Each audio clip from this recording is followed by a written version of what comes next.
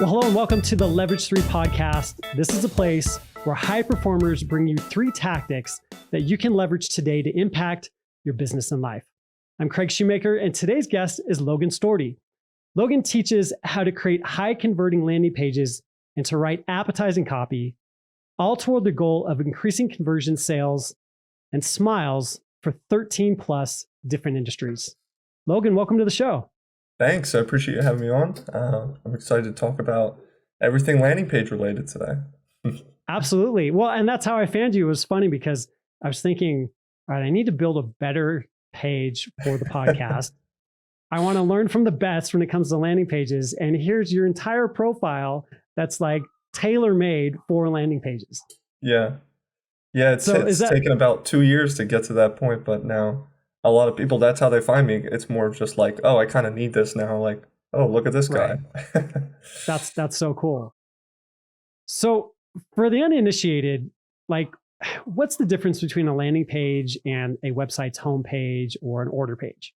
Yeah, so a lot of times the real main difference between a landing page and like a homepage or a traditional website is the fact that a website is more of like a storefront, and you're bringing a bunch of different people in, and they kind of all need different things.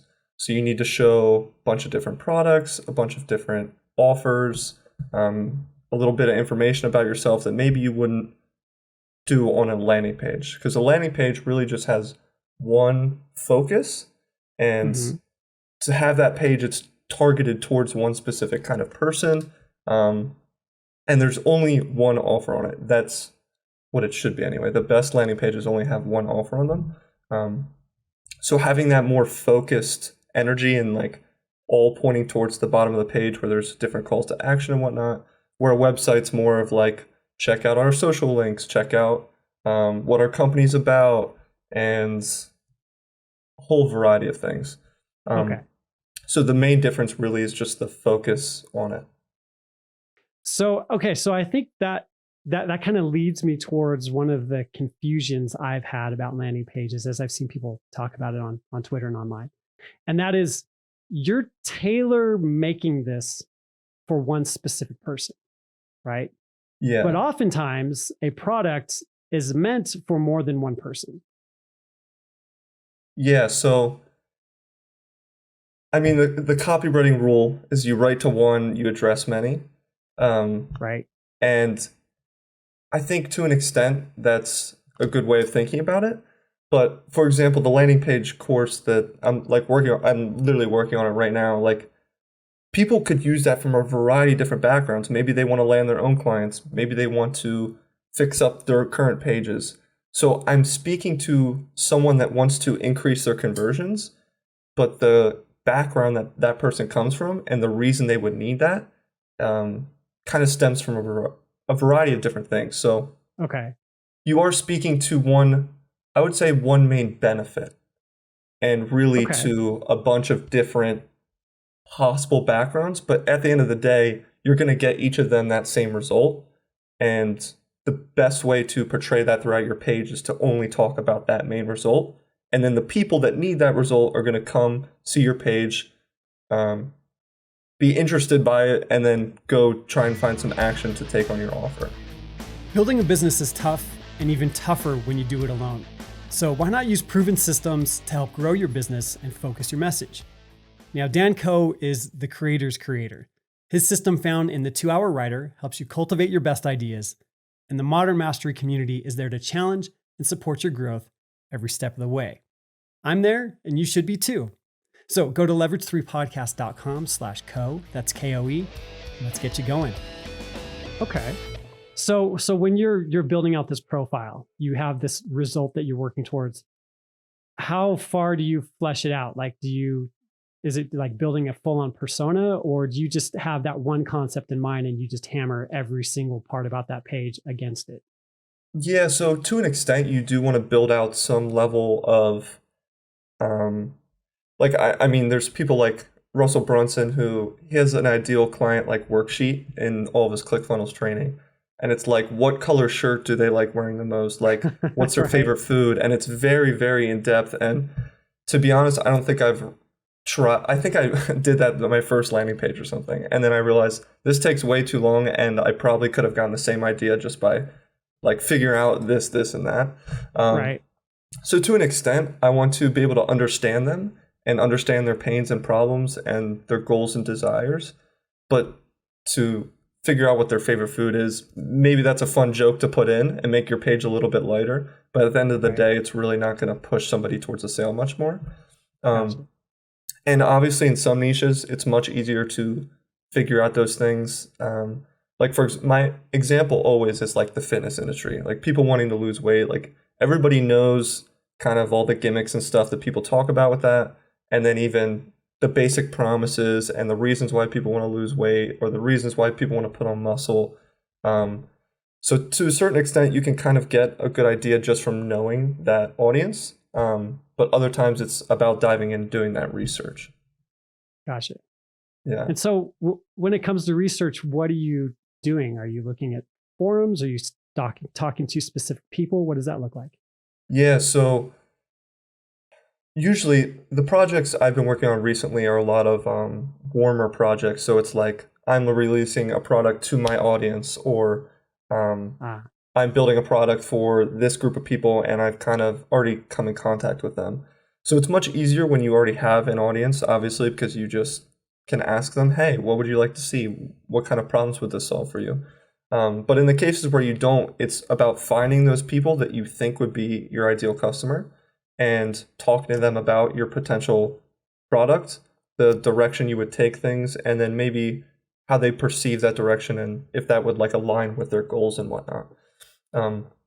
So the best way of doing that, going and talking to these people, obviously it's not always accessible to go and just find these people, but it is possible. And obviously an easy way to go through is go through a Reddit forum or something like that, see the problems people have. Another way I go about doing things is looking at reviews from competitors' products or like Amazon reviews for things, looking at the best reviews and the worst reviews. Because the worst reviews, it's like, this didn't have what I needed, it didn't last long enough, it wasn't sturdy enough, something like that, or it didn't help me solve X. So then those are a bunch of things that you should include in your course or figure out if that's like the better angle than this competitor took. Whereas the best reviews, it's everybody saying, oh my gosh, it helped me accomplish this, it lasted 3 years, my kid threw it against a wall and it didn't break, something like that, where you can tell that they really enjoyed it. And that's like a selling point right there. Like you're handing a kid a toy maybe, and it's going to break as soon as they like touch it. Like that's not a really great selling point. But if it's indestructible, like parents are going to love that. Maybe not for their windows, but yeah, we get there. Right.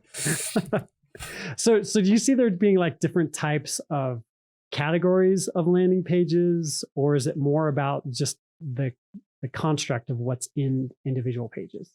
Yeah, so I don't think I ever like learned a way of separating these things, but the way I've kind of defined or like categorize them is really by like their offer. So to me, it's for high ticket stuff, you want the call to action to be like booking a call, like getting on a call, we can discuss your situation a little bit further and kind of qualify you. Other times for low ticket items and whatnot, it's just straight to a checkout page. So the way you angle those pages is much different because it's like, okay, no commitment really. You're just signing up for a 15-minute call where we may or may not sell something to you. And the other one is you're paying us right now on the spot. So that's kind of how, for the most part, like I think the two biggest spots is really just the action to take. And then other times it's just a sign up. It's like sign up for an email newsletter or something like that. So in my mind, that's kind of how I categorize things. But then obviously there's different sub industries for all that. Like an e-com page versus an info product landing page is a little bit different. And there's different builders you would use for certain ones and whatnot. But I like to think that the three main categories are really like booking a call, sending to a checkout, or just collecting basic information like an email and your first name. Gotcha. Yeah. So, all right. So let's say that you've done some of this initial research. You sort of have in your back pocket the pain points, you know the types of things that people are looking for in order to decide something is good or effective or worthwhile. So you have that, and now you have to start building a landing page. Like, where do you begin from there? Yeah, so recently with the page I'm working on right now, the easiest thing for me to do is kind of get a better idea of what all is inside the offer and what exactly everyone is getting and wants. So to me, that's laying out all of the features of the offer. Like I go through and just lay out every possible thing that like is helping these people that I have inside. So I made this to do this. Okay, what is that? So it tends to be a list of like 10 to 20 things. And then I go through and I turn those into like benefit driven points. So it's not even, so you're turning features to benefits now, because obviously big copywriting rule is only sell the benefits, don't sell the features. Right. So it's essentially like in your mind, just transforming those features into benefits. And then that helps me throughout the rest of the landing page process to kind of describe my offer and also display the value that's inside the offer. So there's a whole another sub process to turning features to benefits. But for the most part, you really just want to, for example, a landing page course, you're not going to say, make pretty looking landing pages. You're going to say, make landing pages that convert sales and get you more customers or book more calls for you and your business. Right. That's more benefit driven, and people can visualize and relate to that much more than just like create a landing page. Yeah. Well, I think you tweeted a graphic about Apple's copywriting techniques, and one of the examples in there was like, "Oh, we have dark mode." It's like, no. It's easier on your eyes. Yeah. And there's always those little things that you can kind of tweak. And I mean, for the most of copywriting, that's all copywriting is. It's tweaking something and putting like a positive spin on things. So like even handling objections, the way you handle objections on a landing page is by listing out all possible objections. So this is like my second step in the landing page process, essentially, is after you've gone through all the benefits and whatnot, what questions do they have? What things are stopping them from clicking the buy button?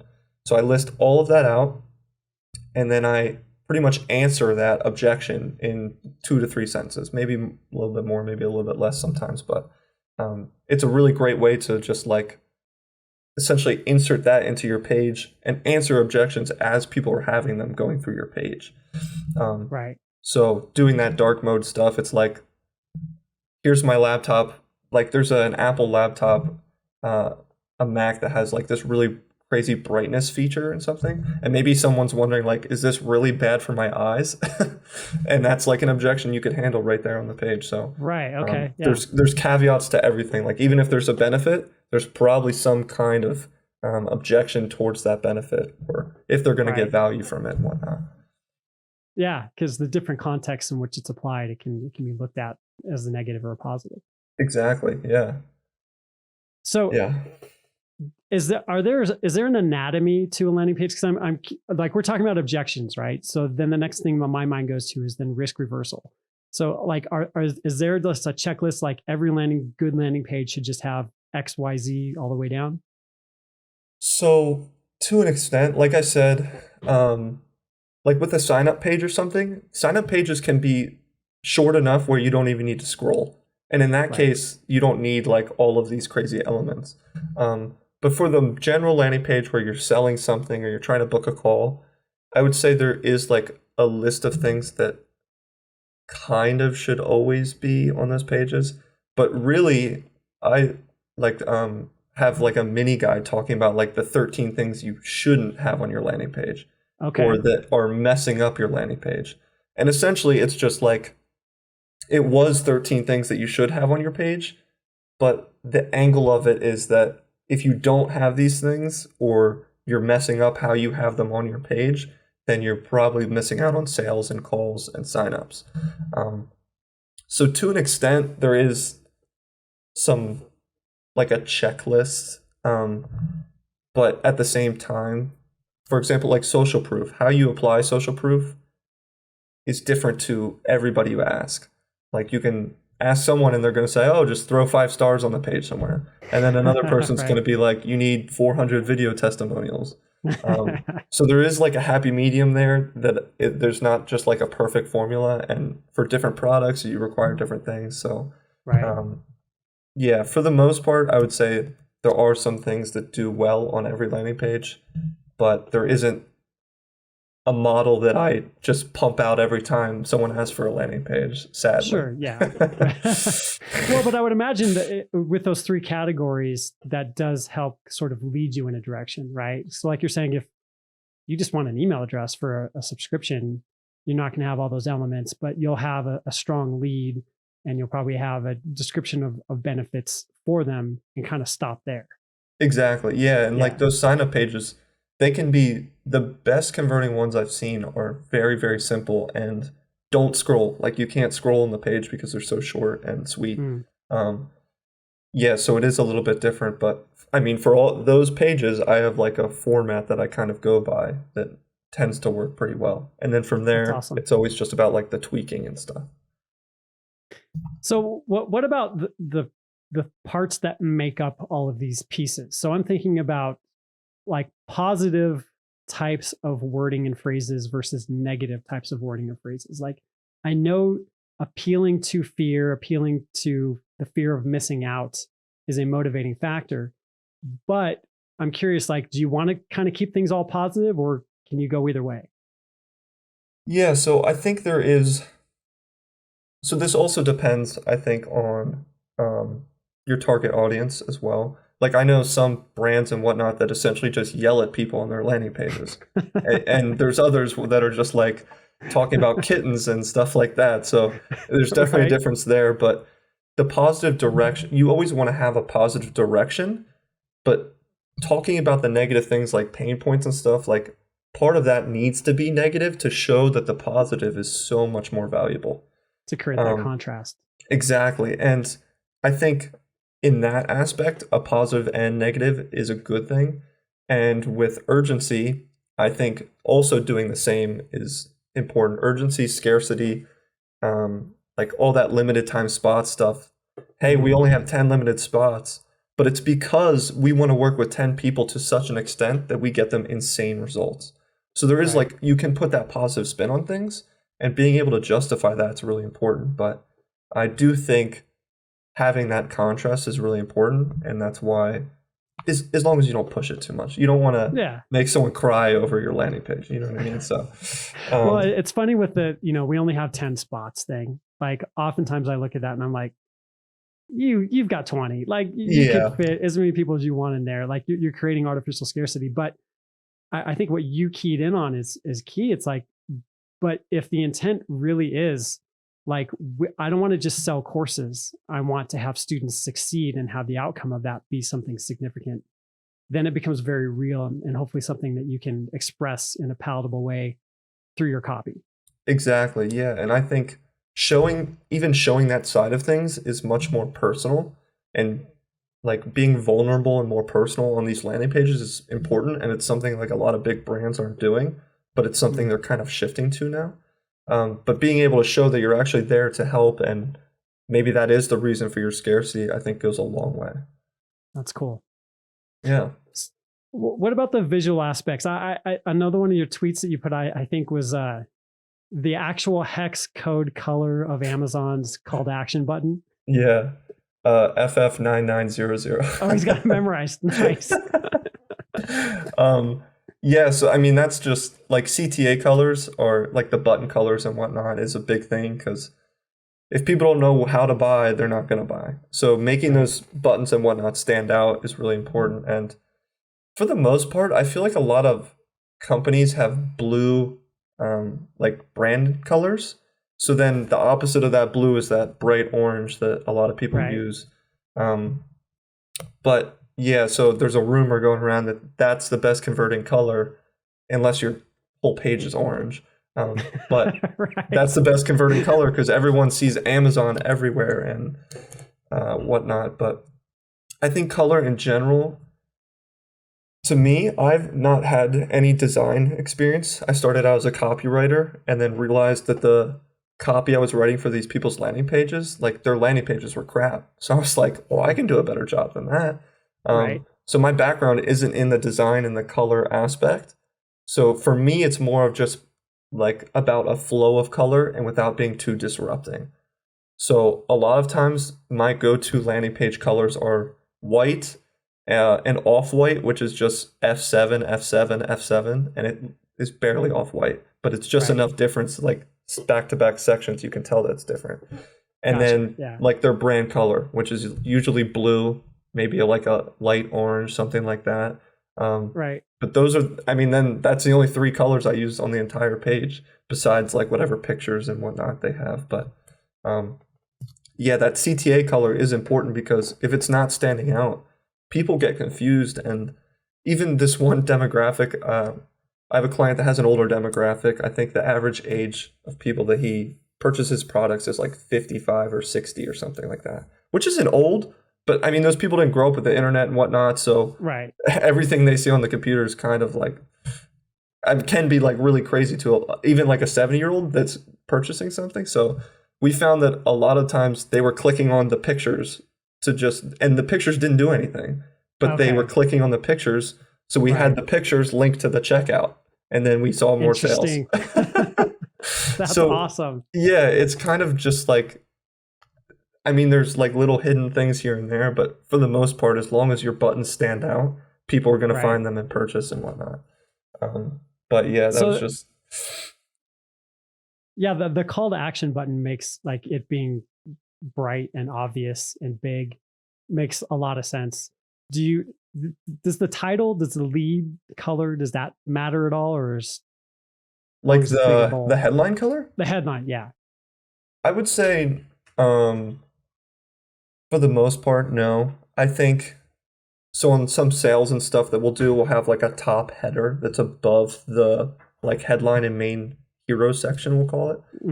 And sometimes if we're doing a sale or something, I'll make that red, because to me, red is the color. Anytime I see that on a page, it's like scarcity, urgency, like this page is going to blow up if you don't purchase soon or something like that. Pay attention to this thing. Yeah, exactly. But besides that, like I think red is really the only color I'll push on if I'm looking for something like that. Other than that, it's really just about making sure that it's not like any crazy colors. I tend to stay in the realm of just like blue, black, white, maybe like a darker shade of their brand color or whatnot. But I try not to make anything too flashy, because to me that looks almost like scammy and fake. And just keeping it simple with that black and the white and whatnot tends to just work out better and look better for most pages. That makes sense. When it comes to the actual words that you use and the language you employ, how do you figure out when you're going from client to client and you know, marketing products that perhaps you've never even used before, how do you speak the language of the customer? So a lot of times I'll go back and look through their past work, content, emails and whatnot, their past pages, kind of see the words they use to a certain extent, because I'm obviously not going to be able to mimic it, every single word and letter I put on the page. But most times I can get a general feel for, okay, this is a softer toned company or client. This is someone that's willing to yell at their people a little bit more. And so there's definitely, I would say I really just go off of those 2 main categories. And then the specific wording and whatnot that I use is really just pulled from their already existing wording. So their courses and whatnot, I just throw that on the page. And then over time, you can kind of refine that as well and learn those little words that fit in a little bit better. But for the most part, it's kind of just running that stuff by the client and having them go through, tweak it, and add their own voice into things. So that's usually like a 3-step process of like, here's the page I made, go through, tweak it, and then I'll go back through and make sure everything looks good and your tweaks make sense with what I had written from before. But usually it's not much work for them. It's more of just like I put a lot of smiley faces in my writing and on my pages and stuff, and a lot of people don't do that. So I tend to just throw those into my copy sometimes, and then they're like, why did you put a smiley face there?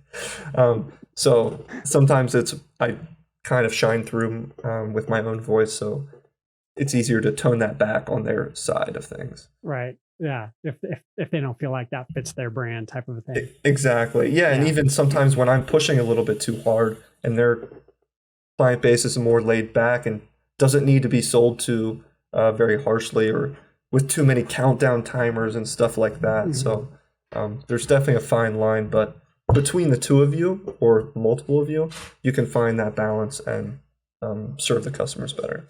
Gotcha. Do you feel like there's any prevailing wisdom or, tips or techniques or anything that out there that's you feel like I wouldn't do that, or you kind of disagree with? I would say because scarcity, urgency, and all that stuff plays such a big role in a bunch of, like, my best projects have always been from a price increase sale, limited amount of spots, or something along those lines, like, or we're going to take this course offline at the end of the week, something like that. And I've heard of a lot of people that really do just fake that stuff, and it's not truthful. And to me, I think you could probably get away with it, but it's not the right thing to do. And to push people on all this FOMO and stuff and then not even have the real urgency and scarcity there, there's nothing to miss out on. Yeah, exactly. It's a little sleazy. Right. So I think there is a fine line for that kind of stuff. And I've definitely heard of a lot of people just saying like, oh, you probably shouldn't do it, but if you do, it's not that big of a deal. But right. I think it is a big deal. And I think even the clients you work with, you don't want to just say like, hey, let's pretend there's five spots. And then if 10 people sign up, we'll just say, oh, well. Right. So And so I think that's really the only thing in like my side of the industry that I would say, because for the most part, everyone else is pretty truthful and willing to put out good stuff to attract good people and good customers and be happy with the results they got, not just go off some crazy thing or all like the clickbaity titles where it's completely unrelated stuff. And they always try and wrap it back and say like, oh, I was just kidding or something like that. And I was like, okay. Like that would make me leave the page probably. Right. Yeah, exactly. Yeah. So, I mean, maybe that's a battle they're fighting. I'm not sure, but right. Yeah. Now we've covered a lot of ground here and you've given a huge foundation for people to kind of build off of. And so I kind of want to move into the more practical aspects of things. So let's cover like 3 things that people could do to take your advice and kind of really run with it. Yeah, for sure. I think number 1 is always going to be doing that some level of market research beforehand. And I think that's like the thing people least want to hear. But I think I've had 3 or 4 projects ever just fall completely flat. We get a couple sales, but it's like, wow, that was really not the turnout we were hoping for. Exactly. Yeah. And every single time has been because we thought we knew the angle we needed to pursue, and we thought that the audience wanted what we had, and specifically wanted the outcome that we were selling, that big idea. So being able to, ideally, you want to go through and talk to your ideal customers beforehand, whether that's reaching out on social media to random people, asking friends and family if they'll take a look at something.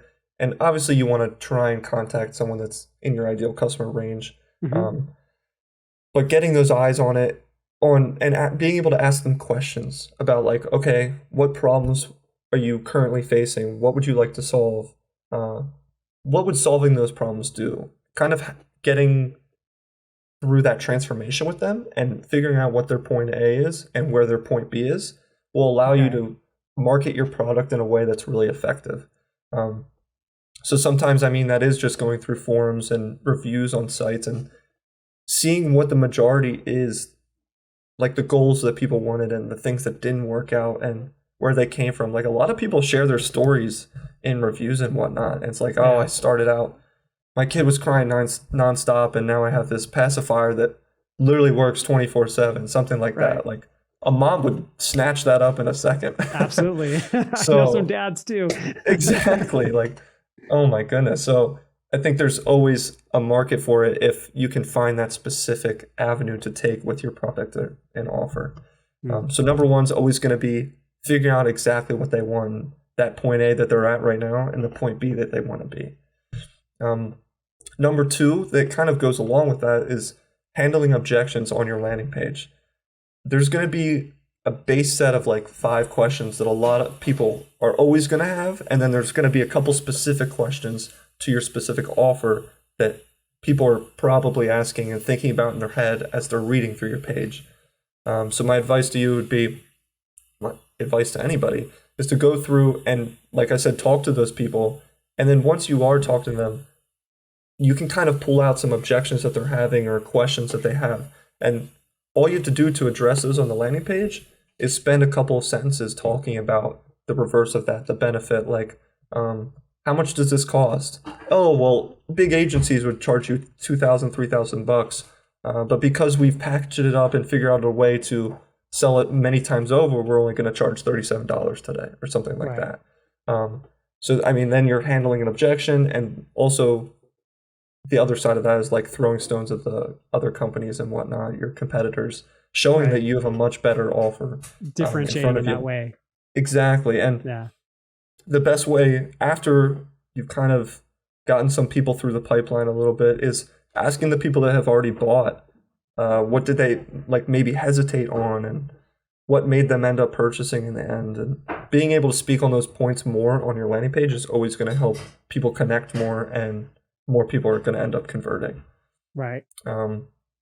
So after doing all the objection stuff, third way, the thing I always suggest is really just to keep your landing pages and marketing in general simple. Because people, I think especially now in a world of 2020, there's so many things coming at us from every different angle on every different platform. You open up your phone and you talk about deodorant, you're going to get deodorant ads or something like that. I hate that. That's just, it's the creepiest thing. It really is.